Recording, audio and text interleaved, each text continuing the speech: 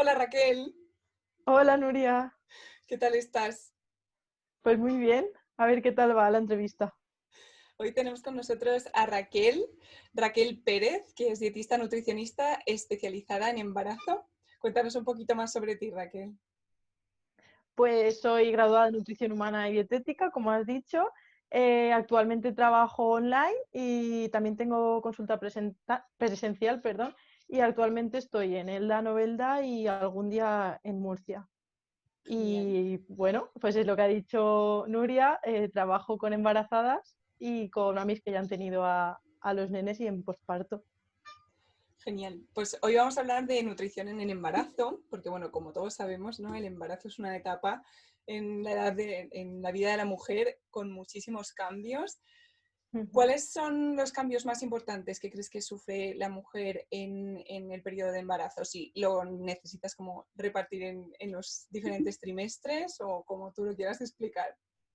Vale, a nivel de lo que es fisiología, pues hay muchísimos cambios porque al final la fisiología de una mujer embarazada no tiene nada que ver con una mujer que no esté embarazada, ¿no?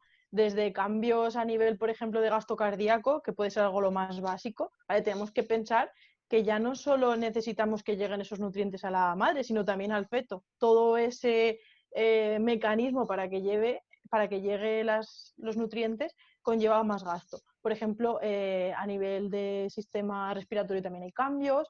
Luego, así los más marcados, pues son todo lo que conlleve hormonas, ¿no? Que van a ser un poco las culpables de tantos cambios en el embarazo. Pues podemos destacar, por ejemplo, la progesterona, que luego hablaremos de ella más, pero es un poquito la culpable también de que suele haber estreñimiento, también puede causar náuseas, ¿vale? Luego encontramos también cambios a nivel excretor. Tenemos que pensar que la madre ya no solo tiene que eliminar esas sustancias de desecho suyas, sino también las del bebé. Entonces, es como que estamos sobrecargando, entre comillas, muchos sistemas y muchos órganos, porque ya no solo somos nosotras, es también un bebé, ¿vale? Justo.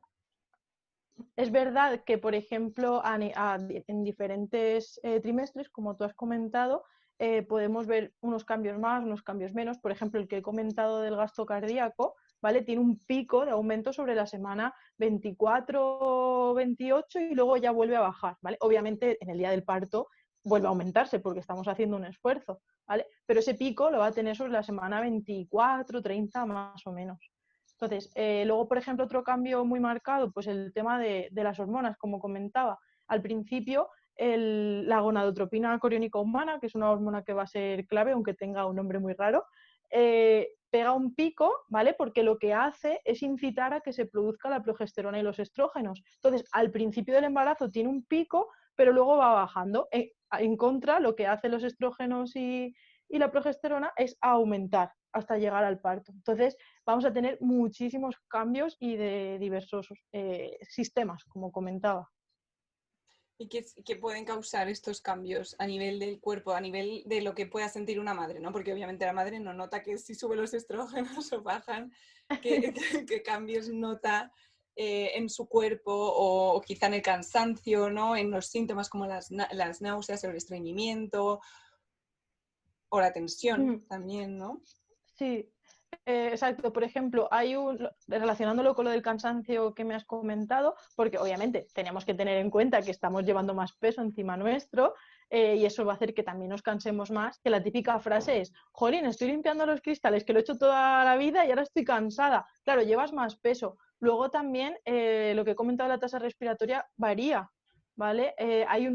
Lo que necesita la madre es incorporar un mayor oxígeno porque lo va a necesitar. Entonces muchas madres te dicen, Raquel, noto como que me falta el aire y que inspiro más veces seguidas. Es normal. Luego el tema del estreñimiento, como he comentado, la progesterona es una hormona que nosotros la necesitamos durante el embarazo de cara al parto, ¿vale? Porque lo que hace es relajar la musculatura lisa para preparar todo el canal del parto para que se produzca cuando da a luz.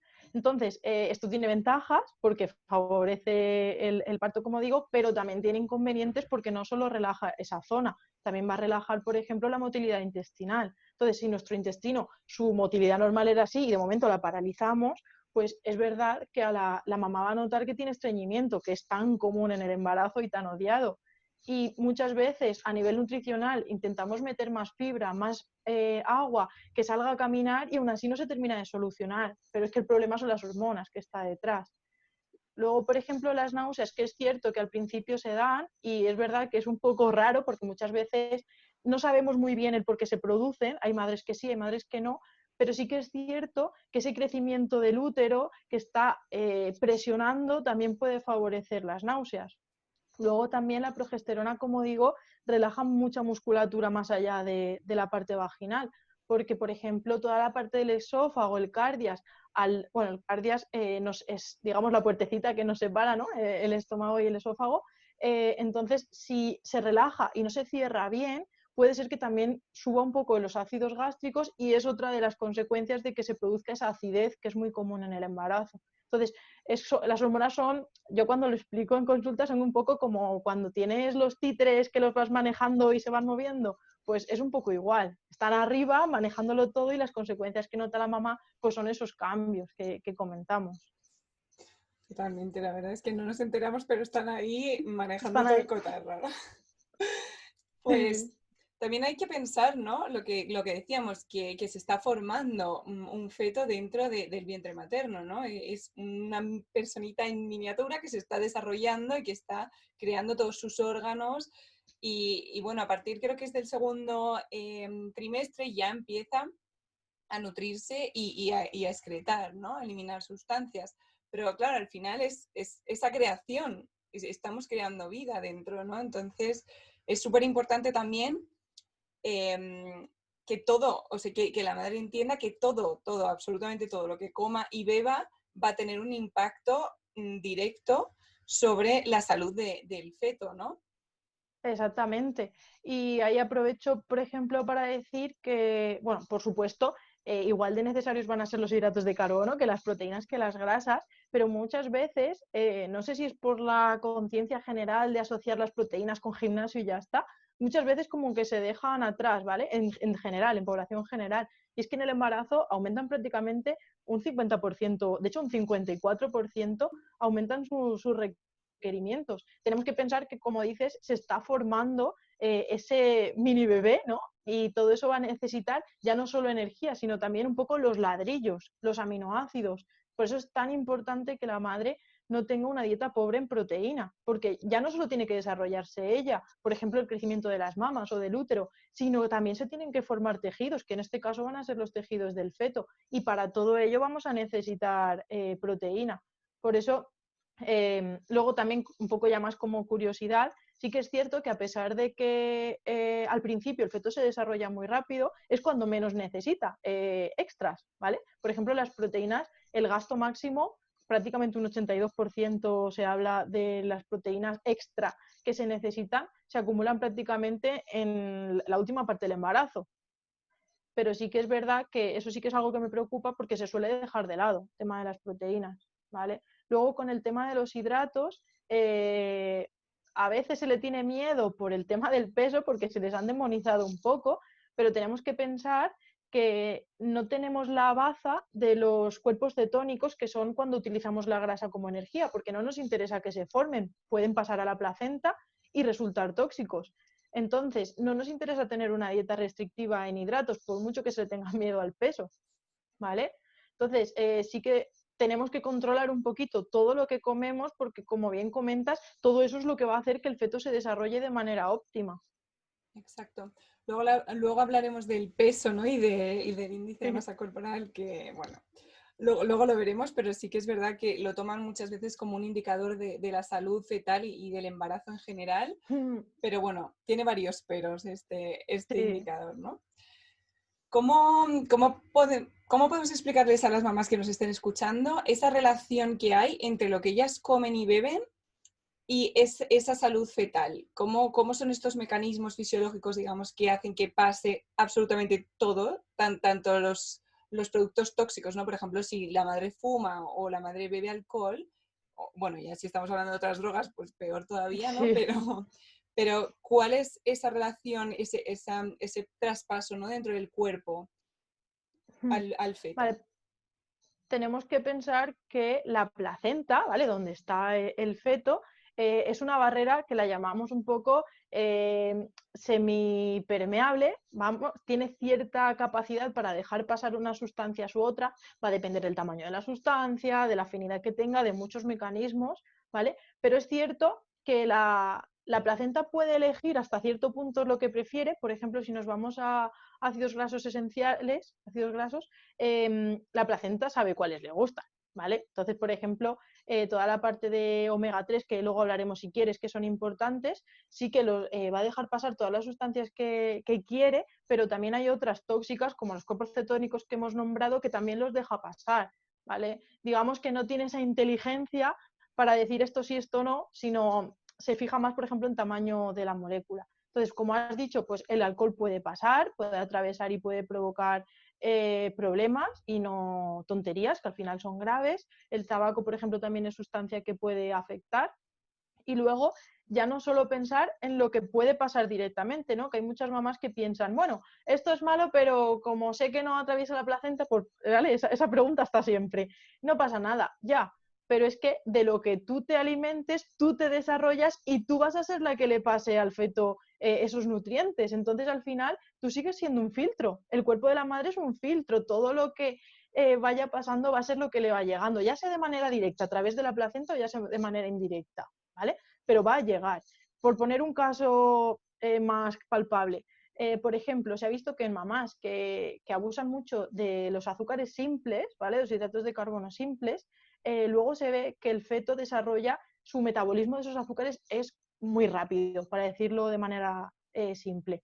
¿Qué pasa? Que ese bebé, cuando luego nazca, ya va a tener un poco más de predisposición al sobrepeso, porque su metabolismo es muy rápido en cuanto a esos azúcares y como que necesita más, ¿vale? De hecho, es como una especie de efecto rebote. Como yo me he enseñado a metabolizarlos muy rápido, cuando luego me los das, los aprovecho mucho. No sé si me explico sin meterme en demasiada fisiología. Sí, yo creo que se ha entendido. También es verdad, no sé lo que dicen los estudios científicos sobre este tema, pero el sabor, ¿no? De los alimentos también se empieza a desarrollar en la placenta, ¿no? O sea que al final es a lo que se acostumbra la madre, por así decirlo, ¿no? De alguna A manera puede ver, afectar a esos cambios gustativos del bebé o no. sí que es verdad que hay estudios, como dices, que valoran un poco hasta dónde llega el gusto en la placenta, pero bueno, yo por lo que he leído creo que aún falta investigación en eso. Por ejemplo, donde sí que se ve mucho es en el tema de la lactancia, ¿vale? Ahí sí que se ve cómo hay nenes que a lo mejor rechazan ciertos sabores. Soy partidaria de no eliminar alimentos así porque sí, porque por ejemplo muchas veces se dicen que el brócoli, col, espinacas, ajo se elimine, incluso los espárragos, pero ¿por qué? Si tú ya acostumbras al bebé que durante la lactancia a esos sabores, luego no los va a rechazar porque ya es algo normal. Otra cosa es que veas que cada vez que comes espárragos, el bebé no se engancha bien y no mama bien. Vale, eso ya es otra cosa, ¿vale? Si se va a pasar ese día sin mamar bien, pues oye, intentamos disminuirlo, pero no quitarlos de base, ¿vale? Ahí en ese caso de la lactancia sí que es verdad que hay más estudios relacionados. Con el tema de la placenta es muy interesante el tema, pero yo creo que todavía falta darle También es unas complicado, tuercas. ¿no? Porque al final ¿Cómo lo esa sabes? investigación es un poco también guiarse por esa intuición, ¿no? Y quizá Claro, ver los sabores también es importante que la madre, aunque el sabor no influya, pero que la madre se acostumbre a comer bien desde el embarazo, va a afectar a la salud del feto y también a los hábitos de la familia, que eso luego va a tener una implicación enorme en los hábitos claro. alimenticios que tenga el bebé, ¿no?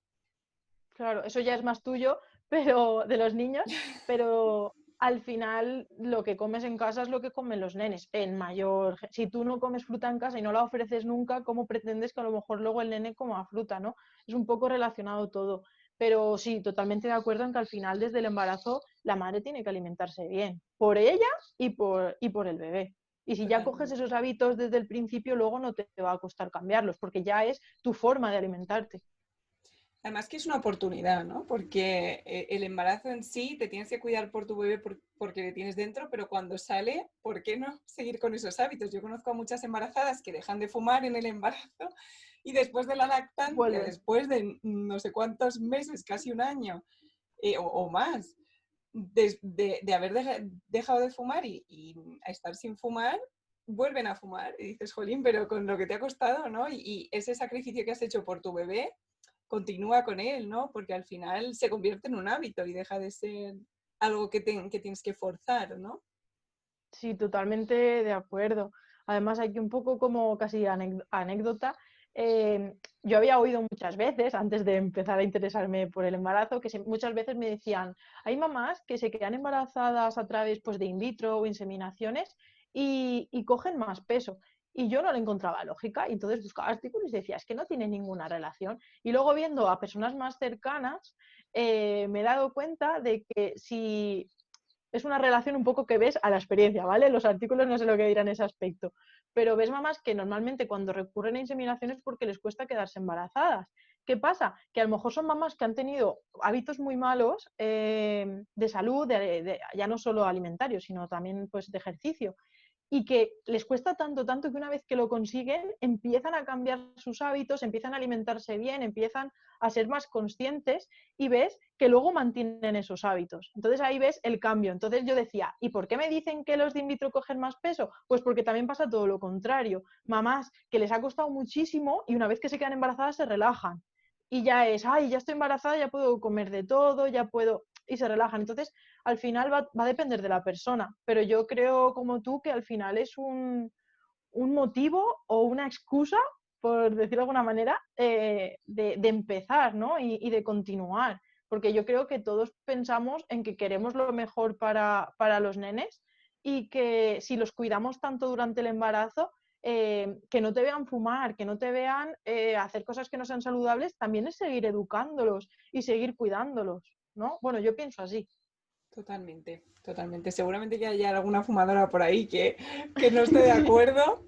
Es verdad que cuesta Seguro. mucho fumar, dejar de fumar, pero bueno, y otros hábitos, ¿no? Porque al final el azúcar también se ha visto que es muy adictivo y quizá una persona que comiese mucha bollería o productos demasiado procesados o Mm. bueno, todos los alimentos que sabemos que no son buenos ni para la salud de la madre ni para la salud de los peques, también son adictivos y cuesta dejarlos, ¿no? Pero si tenemos esta oportunidad de estar 9 meses cuidándonos, pues aprovechemos que después ya no cuesta tanto, ¿no? Continuar con esos hábitos. Claro, a ver, yo sé que como dices van a haber mamás que van a decir, bueno, si no fumas no puedes comentarlo porque no te pasa. Y es cierto, no fumo, no puedo meterme en la mente o en la cabeza de una persona que fuma. Entonces, visto desde fuera, sí que es verdad que a lo mejor siendo hipócrita, porque no es mi caso, sí que lo veo como una oportunidad para dejarlo. Es verdad que normalmente las mamás que te encuentras que empiezan después de la lactancia a fumar, al final el tener un bebé es una situación completamente nueva que da mucha alegría, pero también es estresante porque te acaba de cambiar tu vida. Tienes que aprender a hacer muchas cosas que antes no. Lo que antes tardabas 10 minutos, ahora vas a tardar 1 hora y media. Y todo eso hace muchas veces que las mamás vuelvan a recaer en el tabaco, como ese estrés. Entonces, si ese es el motivo, yo creo que ahí deberíamos de evolucionar un poquito más y buscar otras estrategias que no sea caer en tentaciones que no sean saludables. Incluso creo sinceramente, y me gusta muchísimo trabajar con psicólogos, porque creo que tienen una gran mano ahí. Al final el trabajo multidisciplinar es la leche, porque es genial. Totalmente. Yo trabajo en equipo y es que no hay color, ¿no? Al final te puedes ayudar de todos los profesionales que están preparados precisamente para eso, ¿no? Que al final la ansiedad no deja de ser, bueno, a nivel mental, algo que se puede solucionar. No hace falta simplemente caer en hábitos poco saludables, ¿no? Para eliminar la ansiedad. Claro, Pero, dime. no, que sí, que muchas veces se piensa en psicólogos como algo malo, por desgracia siguen teniendo esa visión mucha gente, pero es que un psicólogo no te va a decir que estás haciendo las cosas mal, lo que va a hacer es darte las herramientas para gestionar esas emociones. Obviamente no es un brujo que llegue y te diga, te quito la ansiedad, no, pero te va a enseñar un poco cómo gestionarla. Totalmente. Hay que trabajar tanto a nivel de cuidarse por fuera como cuidarse por dentro, ¿no? Y al final la psicología es la ciencia de la mente, ¿no? Del cerebro. Y hay muchísimo que trabajar. Muchas veces igual vas por ansiedad y hay algo detrás que realmente se puede trabajar y se puede sanar, ¿no? Cuéntanos qué nutrientes son esenciales o imprescindibles en el embarazo. Todos, diría que Todos. todos. La verdad que sí. Sí, sí que es verdad que vemos cambios, como te he comentado, pues que la proteína aumenta un 54%, o podemos ver que los hidratos de carbono también aumentan un 35%. Te digo así los datos más claves que se ven, al final todo es prueba-error, pero bueno. Luego también sabemos que las grasas aumentan, sobre todo el omega 3, que también aumenta un 27% las necesidades. Incluso a nivel de omega 6 también, aunque un poquito menos, un 8% o algo así, pero también aumenta. Y luego si ya nos vamos a vitaminas y minerales, que es lo que siempre hay duda, si tuviera que destacar las claves, pues destacaría el hierro, ¿vale? Porque bueno, tenemos que saber que durante el embarazo, digamos que nuestra cantidad de agua aumenta, ya no solo para formar líquido amniótico, placenta y demás, sino digamos que nuestro sistema sanguíneo se vuelve más acuoso, que es lo que llamamos hemodilución.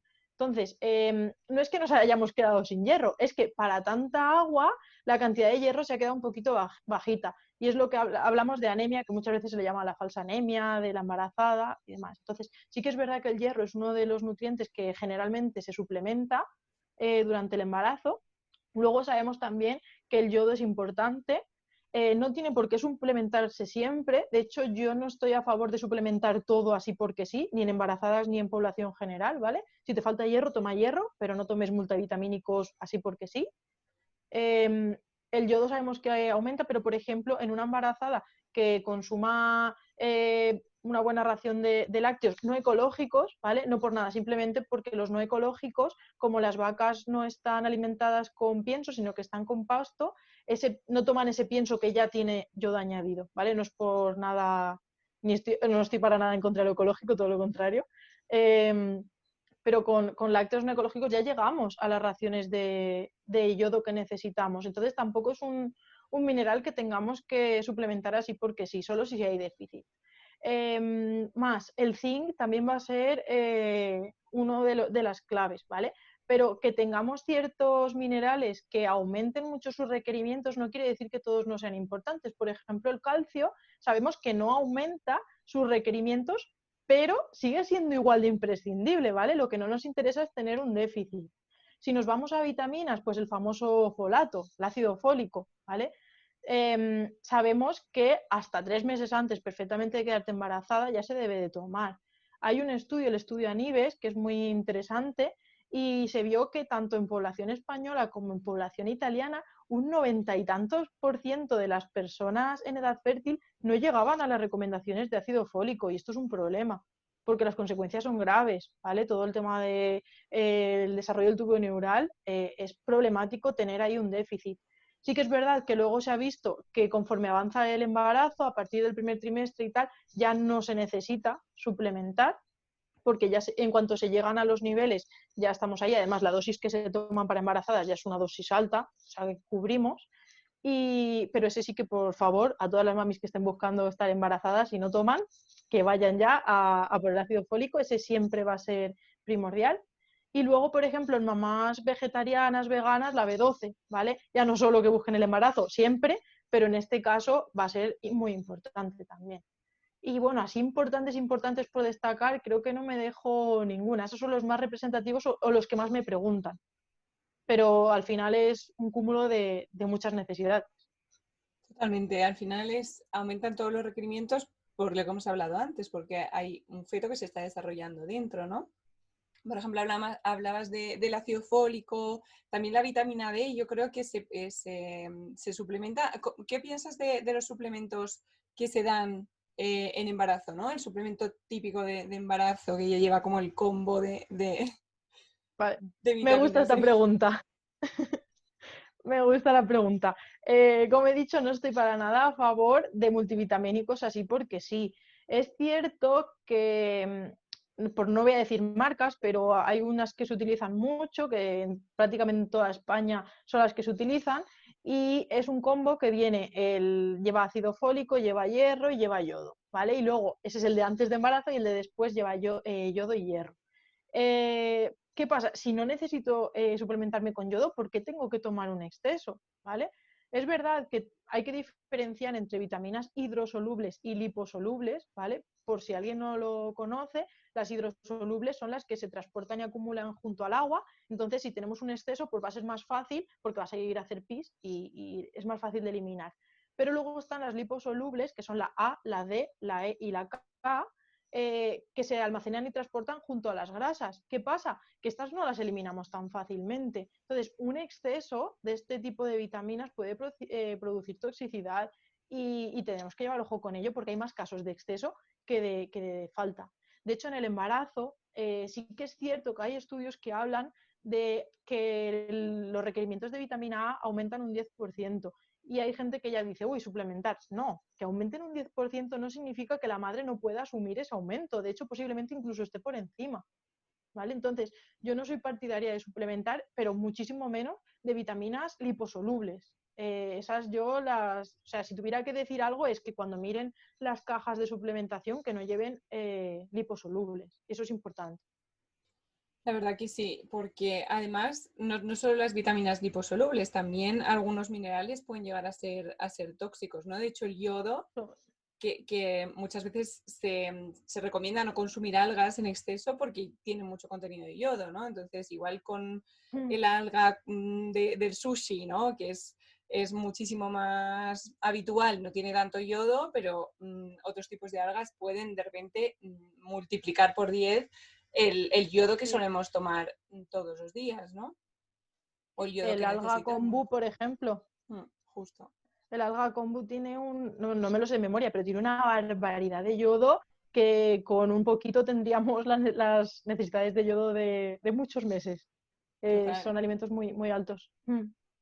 Y al final, es lo que decías, ¿no? Que el hecho de que aumenten los requerimientos no significa que no podamos asumir con alimentos ese aumento, porque de hecho con vitaminas que se requieren tan pequeñas cantidades, quizá ya estemos llegando a esos niveles, aunque no estemos embarazadas, ¿no? Si comemos suficiente variedad de frutas, verduras, legumbres y otros, bueno, cereales integrales también, ¿no? Al final digamos, alimentos saludables, que es lo que nos va a aportar esto, porque las magdalenas, por mucho que estén suplementadas con hierro, no van a llevar hierro, ¿no? Al final tenemos que ir a las fuentes de hierro o a las fuentes de otros minerales y vitaminas, ¿no? El hierro, obviamente, pues en las frutas lo está. Sí. Y además me hace gracia justo ese tema porque el hierro, que es uno de los minerales con los que más nos peleamos, porque tiene muchos peros para absorberse y luego van y te lo meten en un bollicao enriquecido con hierro, ¿no? Entonces es como, no lo entiendo. Pero bueno. Bueno, al final es poder ponerlo en el pack, ¿no? Esto está suplementado con hierro e Exactamente. intentar engañar a la gente, que es a mí por lo que me da tanta rabia, ¿no? Porque si realmente fuese una fuente de hierro, un bollo, pues oye, bienvenido sea, pero, o no, bueno, realmente no. Pero es que ni siquiera tiene ni una buena absorción, y seguramente que hasta sea mínimo, no me sé qué porcentaje tiene hierro Yo ni cuánto tampoco. le echan, pero seguro que es, vamos, insultante. Sí, por ponerlo en el paquete, como dices al final. Totalmente. Y es intentar engañar a los padres haciéndoles creer que necesitan comprar ese bollicao, que ese bollicao es bueno para sus hijos porque, jolín, tiene hierro, ¿no? Y así con Sí, la mitad de los productos empaquetados que te venden claro. como con un montón de vitaminas y minerales. También se lo añaden a la leche, ¿no? Leche suplementada con no sé cuántas cosas. Sí. Pero ¿Y, sí. y sabes otra cosa que no me gusta de eso? Que como comentas, pues que al final el mensaje que llega a población es necesitamos suplementar con vitaminas. No, perdona, con la alimentación, con una alimentación completa y saludable, tú ya llegas a tus vitaminas. No necesitas ir a la farmacia por un multivitamínico, porque si comes bien ya lo tienes. Pero en cambio, Exacto. si vemos leche enriquecida, bollicaos enriquecidos, yo qué sé, cualquier cosa enriquecido, ya el mensaje que llega es, uy, tengo que tomar cosas enriquecidas o tengo que tomar cosas con extra de vitamina. No es así. Exacto. Al final es ese mensaje, ¿no? Que se le da la vuelta y por eso hacen la nutrición tan complicada al final, porque tenemos que luchar contra todo esto. Todo. Pero bueno, ¿hay algún suplemento que sí que recomiendes en todas las embarazadas? ¿Y por qué lo recomiendas? Los que te he dicho, antes de embarazo y quizá durante las primeras semanas de embarazo, por si no ha tenido niveles muy altos el ácido fólico, ¿vale? Porque digamos que la contra que tenemos aquí es que el desarrollo del tubo neural se produce muy pronto, incluso ya hablamos de que en las primeras semanas ya se está cerrando. Entonces necesitamos llegar a esa cantidad desde el principio. Por eso es el que se da, digamos, en megadosis, ¿no? O más alto. Luego el hierro, que es el que comento, y el resto siempre en función de la embarazada. Obviamente, lo que he dicho, si es vegetariana o vegana, que no falte la B12. Pero así por norma serían esos dos si tuviera que destacar Y al alguno. final comprarlos por separado y obviamente siempre de la mano de un médico, ¿no? De alguien que Sí, te lo esté recomendando. a ver, lo más normal es que o lo que más normal, por ejemplo, en esta zona, ¿vale? Alicante, Murcia, Valencia, es que directamente recomiendan los packs que llevan, lo que te he dicho, ácido fólico, hierro y algunos lleva yodo también. Llevan también DHA, la mayoría, que eso, por ejemplo, no lo he comentado, pero no estoy en contra, sobre todo si son mamás que no comen mucho pescado, ¿vale? Eso al final es importante. ¿Vale? Tenemos que pensar que el DHA se acumula tanto en retina como en cerebro, entonces es importante para el desarrollo de la vista del bebé y del cerebro, ¿vale? Que ese se me había quedado ahí colgado, pero también comentarlo que ese puede ser interesante suplementar. Eh, Luego, en cuanto a los combos, pues a ver, si es un combo respetable, como yo le digo, o sea, que no lleva muchos extras, que al final lleva las tres cosas que necesitas, vale. Pero estos combos que te los venden como, vuelvo a decir, no repito marcas, pero me he visto empresas que he visto que te dan dolor porque lo lees y he visto packs para embarazo saludable y meterle vitaminas y minerales a una mamá que dices, ¿qué me estás contando? Si eso no me lo tomaría yo ni sin estando embarazada, ¿no? Entonces, todo eso, todo lo que veamos a nivel de pack embarazo saludable, no. Primero vamos a leer qué lleva, vamos a ver si lo necesitamos y luego ya vemos si nos lo tomamos o no. ¿Vale? Entonces, normalmente individual la vitamina, a no ser que sea, por ejemplo, el ácido fólico y el hierro, que suelen venir juntos muchas veces. Exacto. Y consultar con un dietista nutricionista, porque esto de suplementarse así Exactamente. porque sí y Eso. también No, puede ser muy siempre, peligroso. siempre bajo analítica y ver qué es lo que nos falta. Exacto. ¿Qué otras recomendaciones también en cuanto a alimentación hay que tener en un embarazo? Si quieres podemos también hablar de los síntomas que hablábamos antes, ¿no? El tema de las náuseas, el estreñimiento, qué se puede hacer en cada caso. Bueno, el caso de la diabetes gestacional ya sería aparte, ¿no? Esto da para otro Sí. podcast, Y pero bueno, y para una semana hablando. Sí, da para mucho. A ver, del estreñimiento, pues como he comentado, el problema es la progesterona. Entonces, es cierto que se puede quedar cierta parte de estreñimiento, pero lo primero y lo más fácil es incluir fibra, que nos va a ayudar, incluir agua, ¿vale? Que tengamos una buena hidratación y también el salir a caminar, hacer ejercicio, ¿vale? Siempre dentro de las posibilidades y adaptaciones de cada uno. Por eso es tan importante también el tema de entrenadores personales especializados en embarazo, ¿vale? Con las mamás. Pero el ejercicio nos viene bien porque si lo que he comentado antes, si nuestra motilidad intestinal se ha paralizado, con el ejercicio podemos ayudar a que se vuelva a mover. Y eso nos va a ayudar también con el estreñimiento.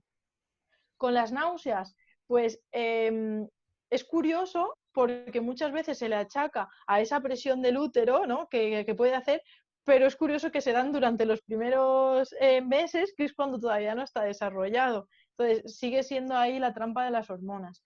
Si los vómitos o las náuseas matutinas son muy seguidas y se vomita mucho, hay que ir al médico, ¿vale? Porque hay que evaluarlo y ver si hubiera que tomar algo, ¿vale? Y eso ya es cosa de médicos.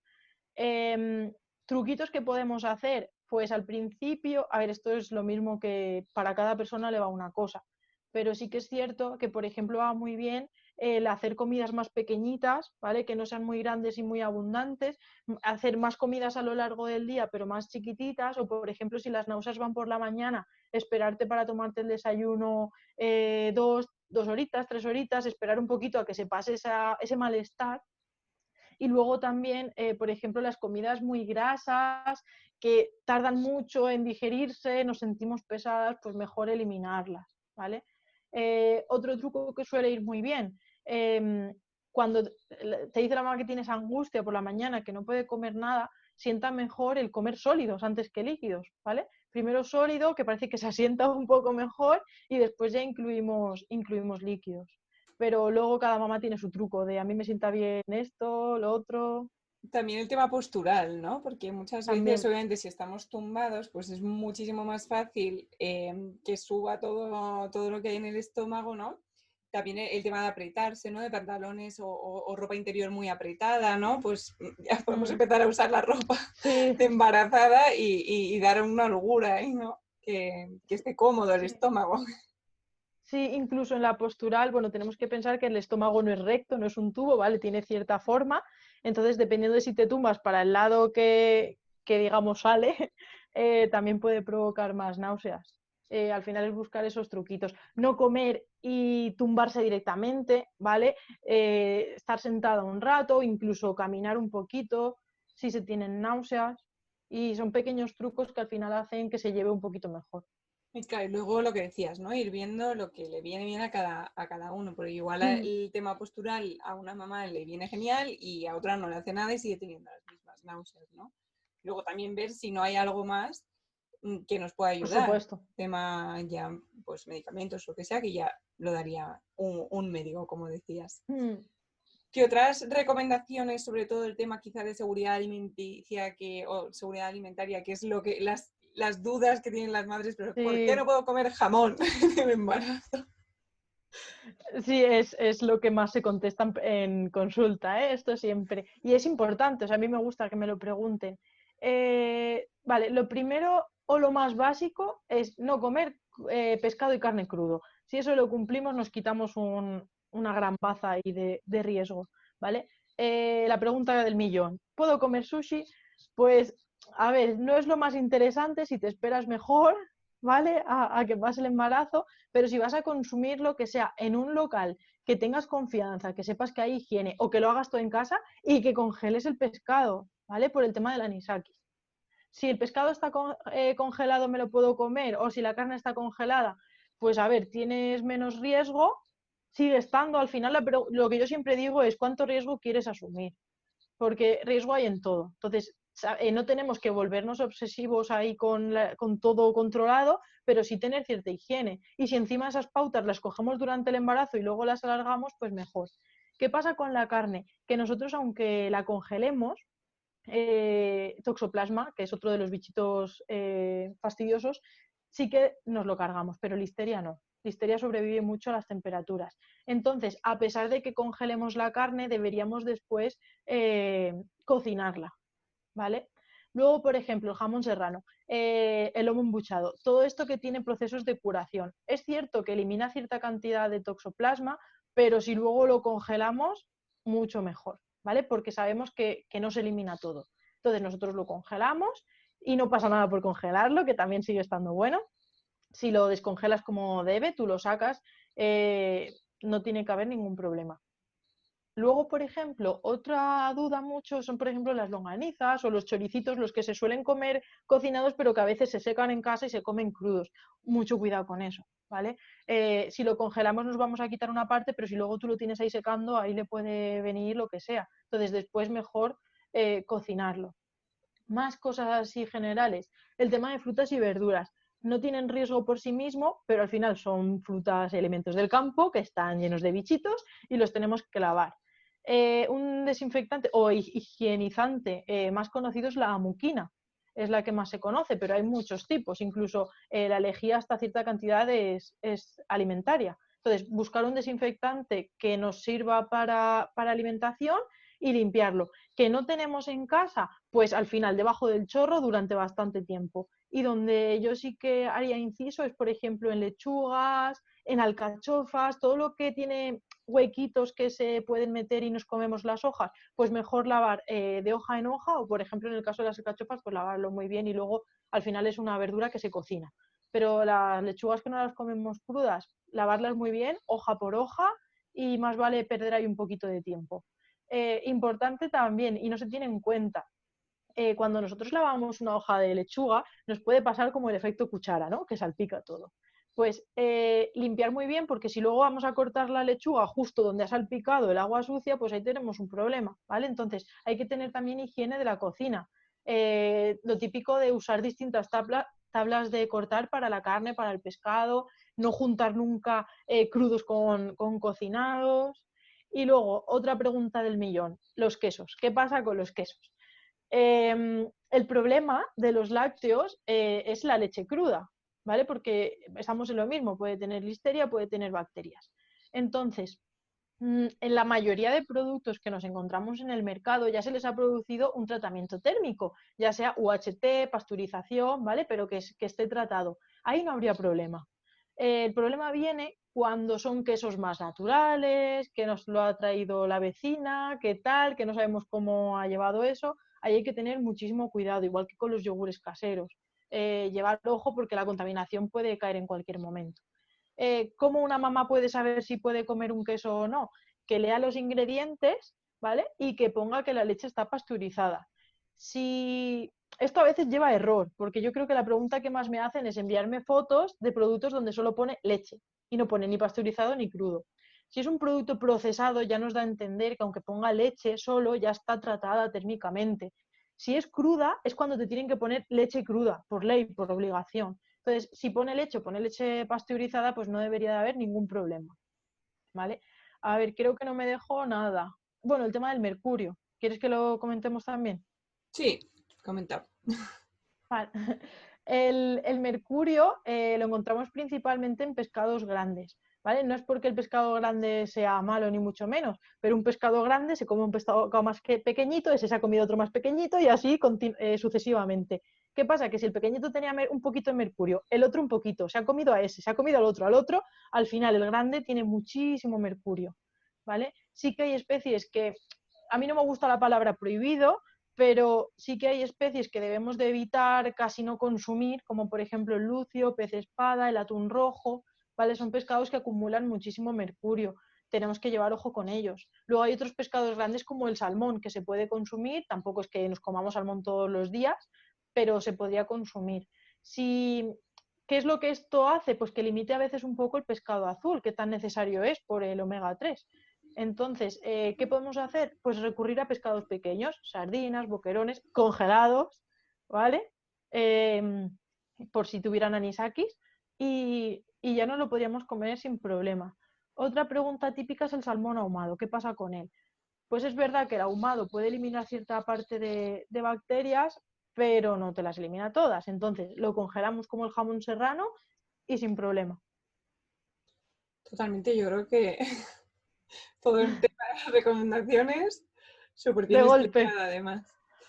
Al final, bueno, lo que hablabas del sushi, ¿no? Me hace gracia porque al final, si tantas ganas tenemos de sushi, podemos comer también sushi vegano, ¿no? Que ahí no tendríamos el problema del pescado crudo, ¿no?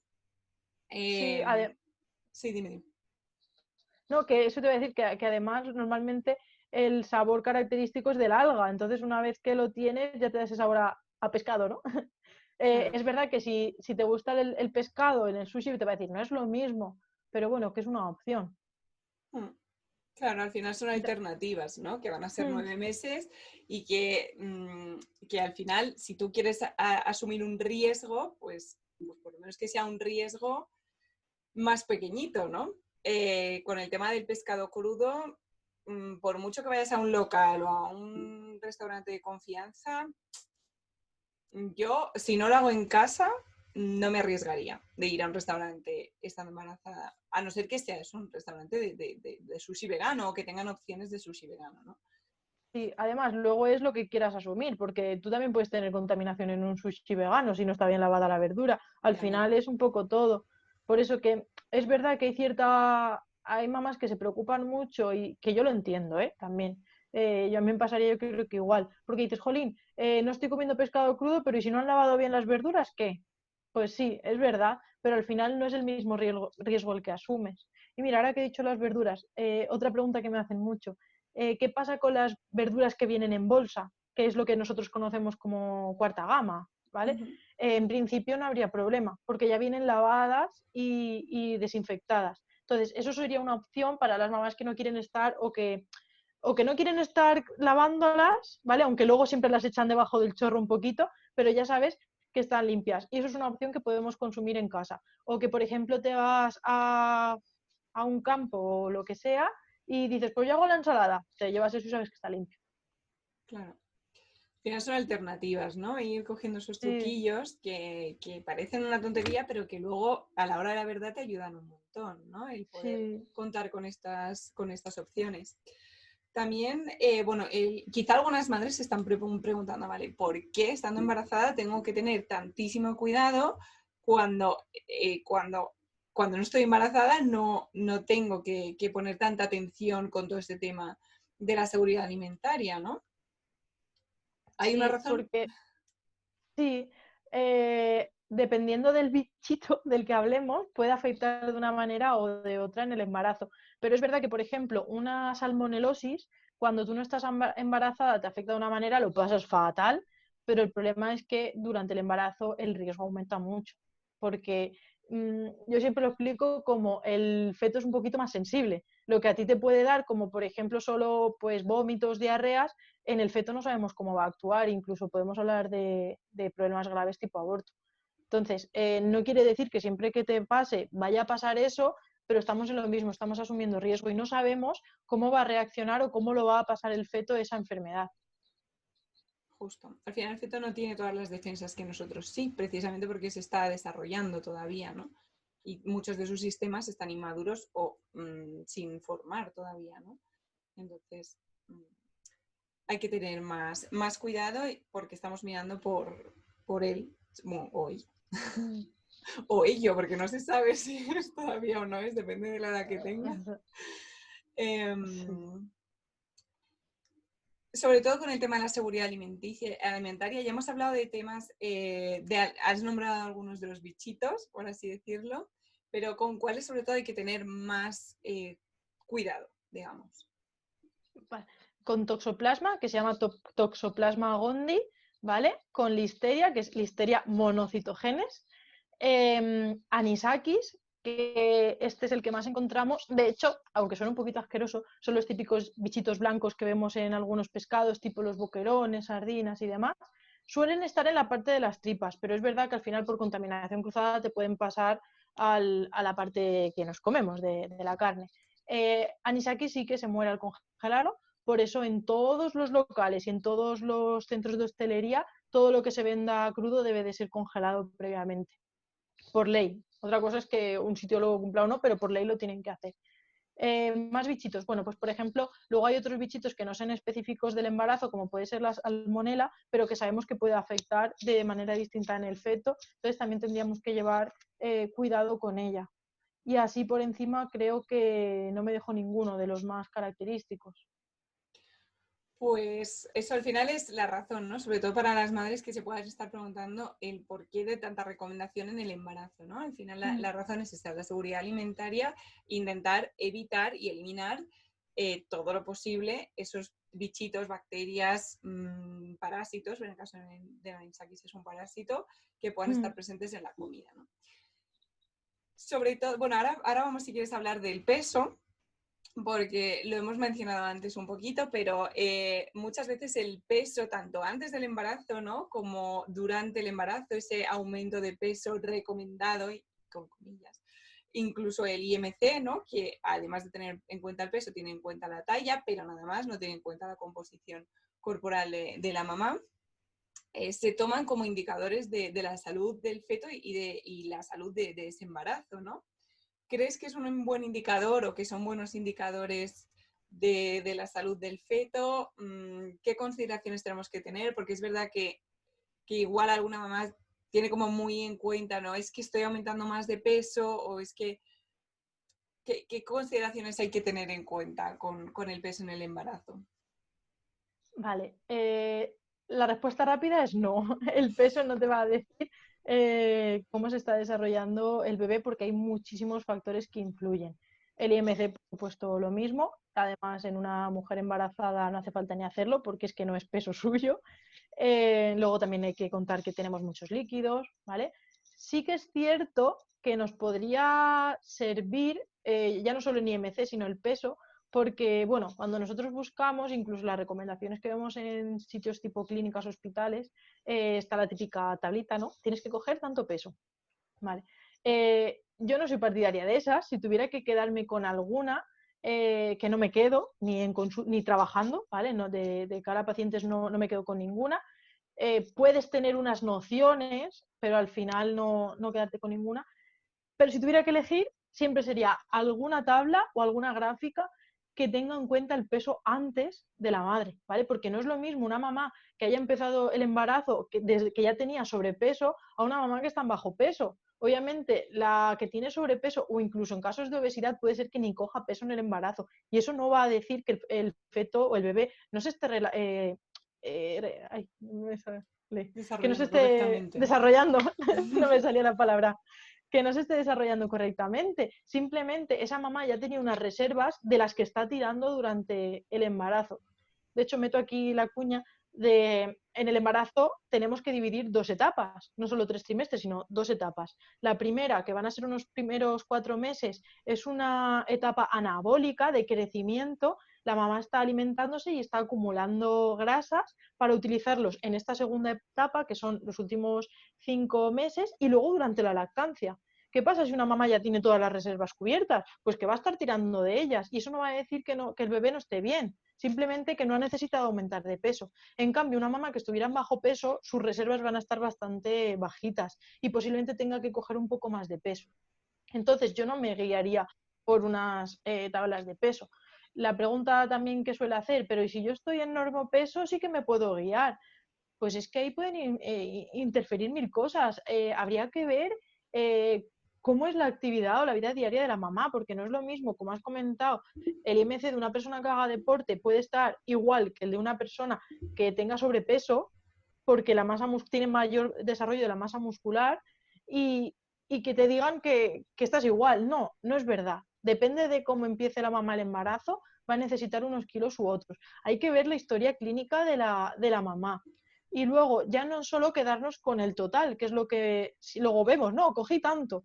Sí, pero ¿cómo lo cogiste? Que esa es otra cosa. No es lo mismo coger 10 kilos en el embarazo y cogerlos todos de golpe, porque se te ha ido un poco la mano, que cogerlos progresivamente. Incluso, no vamos a hablar mucho de diabetes gestacional, como has dicho, porque se nos puede ir muchísimo, pero sabemos que uno de los riesgos ya no solo es el exceso de peso de la madre, sino también que haya cogido el peso muy rápido, ¿vale? Es uno de los riesgos. Entonces, ya no es solo cuánto has cogido, sino cómo lo has cogido. Al final, donde yo más veo exceso de peso es cuando los hábitos suelen estar bastante mal o aprovechando lo típico de los antojos, pues al final se tiran de alimentos que son muy calóricos y se cogen mucho peso. ¿Que tienes que comer más? Sí, que si quieres ahora hablamos también del exceso, del extra en cada trimestre, pero ¿tienes que comer más? Sí, las necesidades son más. También tu cuerpo te lo va a pedir porque estás caminando con más peso, te estás moviendo con más peso, o sea, no hay que volverse loco.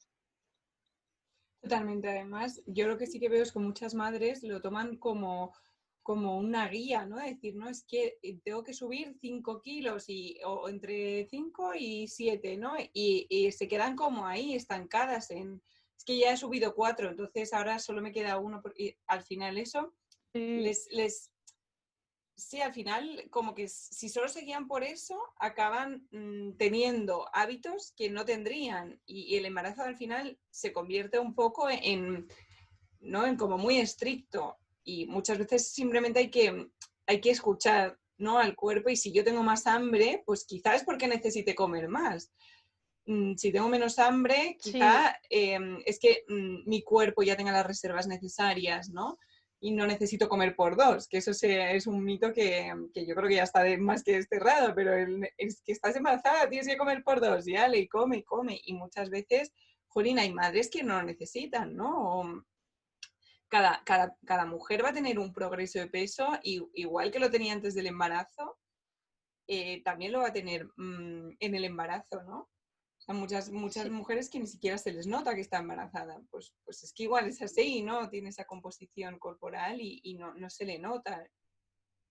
Es que cada mamá es un mundo, igual que cada persona es especial y es diferente, cada uno tiene sus necesidades. No podemos meter a todas las madres del mundo en un saco donde si tú te sales es que lo estás haciendo mal o si tú no llegas no lo estás haciendo bien. No, al final esas gráficas, de hecho si vamos a los artículos iniciales de donde salió, no son recomendaciones que se hayan hecho, sino son la media de donde las mujeres en ese tiempo que se hizo el estudio estaban metidas. No quiere decir que eso sea lo ideal. Al final es simplemente lo que se solía estar haciendo. Entonces, no podemos cerrarnos ahí. Yo siempre comento el caso de un familiar. Se quedó embarazada, llevaba mucho tiempo intentándolo, se quedó embarazada y de siempre había tenido exceso de peso y durante el embarazo, los primeros meses, bajó de peso. Ella perdió peso y eso no quiere decir que esté teniendo problemas. De hecho, al final tenemos ahí un trabajo multidisciplinar con enfermeros médicos que hacen ecografías, analíticas, todo salía perfecto, el bebé estaba perfecto, de hecho ya lo tenemos por aquí pateando. Está genial. Ella perdió peso, empezó a coger peso a partir, si no me equivoco, a mediados del segundo trimestre. Ahí es cuando ya empezó a pasar. Y si cogemos el límite de peso fueron a lo mejor 2,5 kilos, 3 kilos más de lo que tenía de normal. Que si lo metemos en la gráfica nos dice, estás horrible, pero no. De hecho, ha mejorado sus hábitos, ahora está comiendo muchísimo mejor, tiene una mejor calidad de vida, unos mejores hábitos y eso va a influir tanto en ella como luego en el bebé. Exacto. Quizás si se hubiese centrado en las gráficas, pues habría comido más de la cuenta para Totalmente. adecuarse a ese aumento de peso que se recomienda cuando realmente no tiene sentido, ¿no? Además, yo siempre digo que todo el tema de los números, ¿no? Ya sean edades de desarrollo en niños, por ejemplo, como peso en mujeres y en general, ¿no? En población general, porque el IMC es meterte ahí ¿no? En unas estadísticas que ni siquiera tienen en cuenta la composición corporal, como hemos visto, del tanto por ciento de grasa, el músculo, no tienen en cuenta los líquidos, nada, ¿no? Y son siempre, simplemente orientativos, ¿no? Pero esta necesidad de clasificarlo todo y agrupar todo y tener como una guía, ¿no? Y un camino a seguir al final, yo creo que es contraproducente, ¿no? Porque tú te tienes que fijar en ti como madre, como embarazada y con tus propias necesidades y bueno, Cada uno es orientarte único. quizá. Exacto.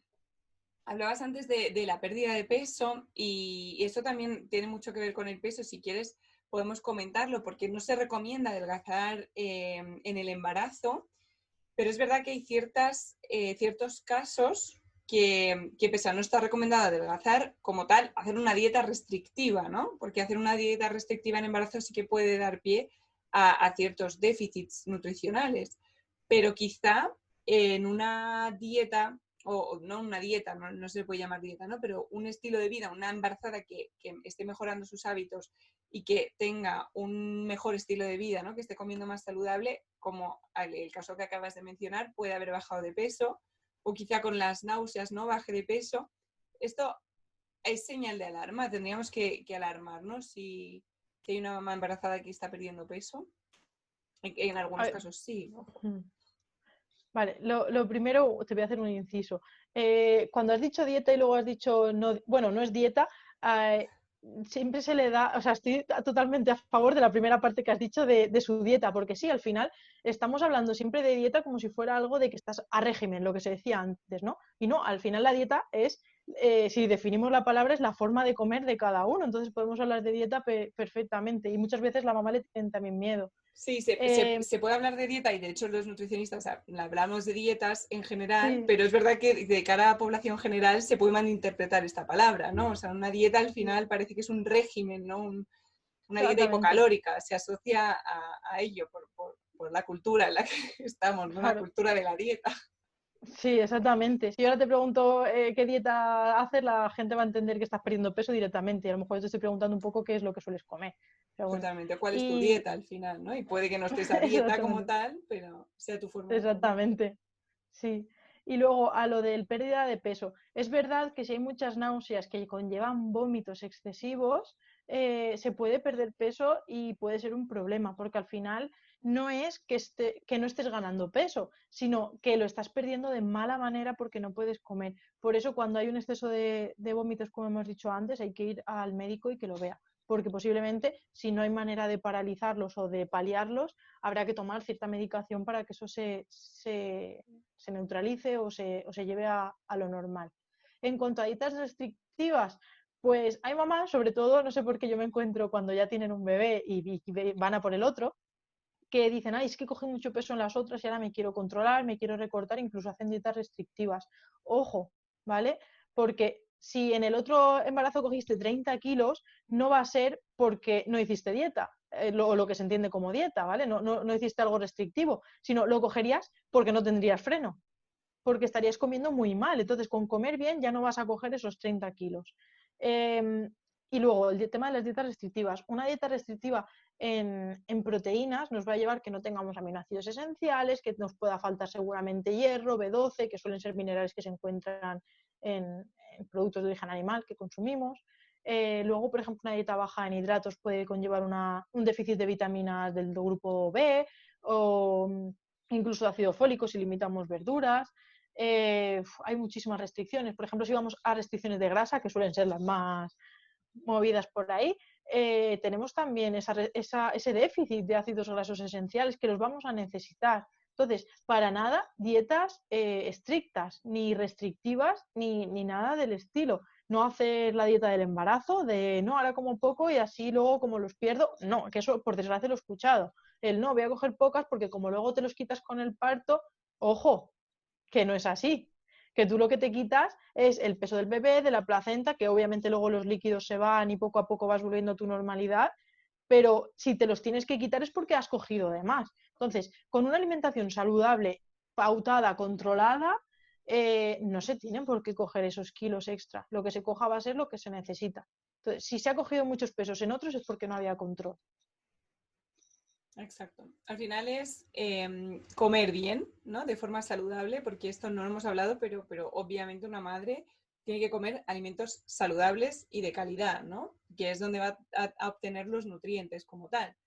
Y al final que sea la alimentación suficiente para la salud de la madre, para el crecimiento y el desarrollo del bebé y también para mantener un peso, digamos, saludable, si ya lo tenían, y si no lo tenían, pues intentar mejorar un poco sus hábitos, ¿no? Porque normalmente un peso demasiado alto viene de hábitos que no son muy saludables, ¿no? Entonces, lo que hablábamos antes de tener el embarazo como una oportunidad para cuidarte y mejorar esos hábitos, ¿no?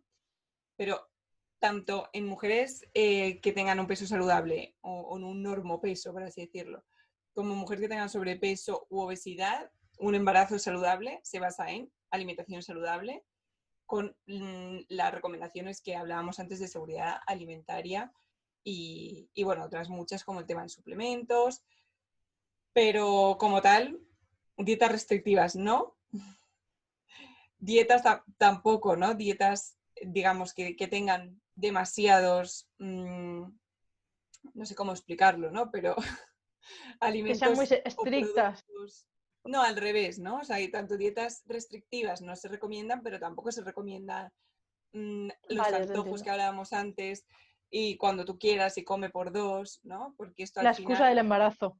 es exacto, y esto al final también todo va a ir al bebé, ¿no? Si queremos que nuestro bebé sea un bebé saludable, tenemos que comer saludable y en cantidades saludables también, ¿no? Porque si de repente estamos comiendo muchísimo, en muchísima cantidad, estamos comiendo por dos, estamos comiendo además alimentos que son de baja calidad, que no aportan nutrientes, que son, ¿no? Energéticamente muy altos, pero nutrientes prácticamente no tienen, ¿no? Al final lo que va a causar es que el bebé ya esté formándose y desarrollándose en un ambiente un poco obesogénico, ¿no?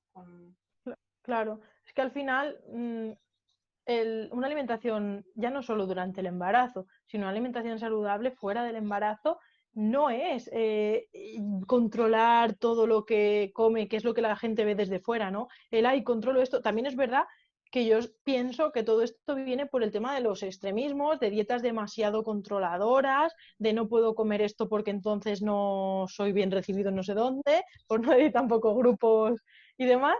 Y viene todo eso de ahí, ¿no? De tengo que hacerlo. No, te puedes ir y tomar un helado con tu familia, con tus amigos, disfrutar, porque no consiste en ir midiéndolo todo. Es verdad que durante el embarazo pues llevas cuidado con carnes crudas, con no sé qué, cosas que es verdad que tienes que estar más consciente, pero es que si dentro de tu vida ya incluyes una alimentación base saludable y el fin de semana te vas con los amigos a cenar, eso también es calidad de vida, es que salir también es calidad de vida y no estar pendiente de la comida también es calidad de vida, al final es aprender para que nos salga innato, para que si tenemos una opción mala y una opción buena, sepamos ir a la buena de manera innata, que no nos cueste, que sepamos y que nos guste, ¿no? Eso es lo importante, tanto durante el embarazo como fuera. Exacto. Yo, Y yo pienso disfrutarlos, eso, ¿no? vaya.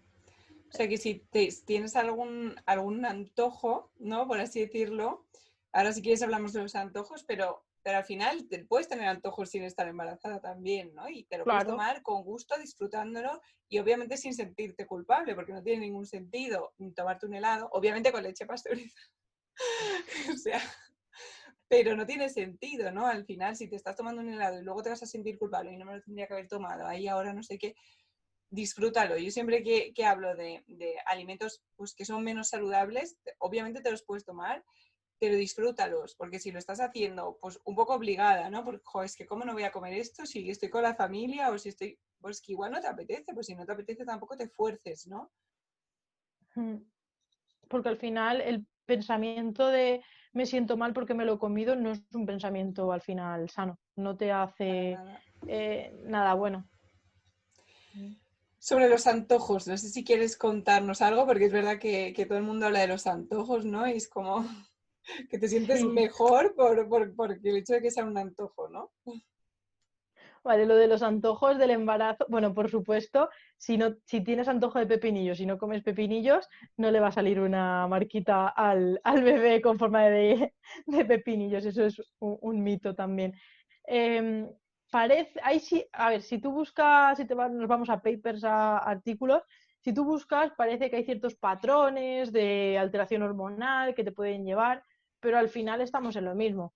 Si a ti te apetece porque lo estás viendo, te da igual que seas embarazo que no. Yo al final creo que los antojos son un poco excusa durante el embarazo y yo creo, y también un poco por lo que he leído, que al final esa situación, el embarazo, puede provocar cierto estrés o cierta ansiedad, miedo a lo nuevo incluso, y todo eso puede alterar un poquito también el tema del estrés y salir a raíz de eso los antojos. O sea, no tiene por qué ser algo hormonal del embarazo, ¿vale? Puede ser un cúmulo de muchas cosas.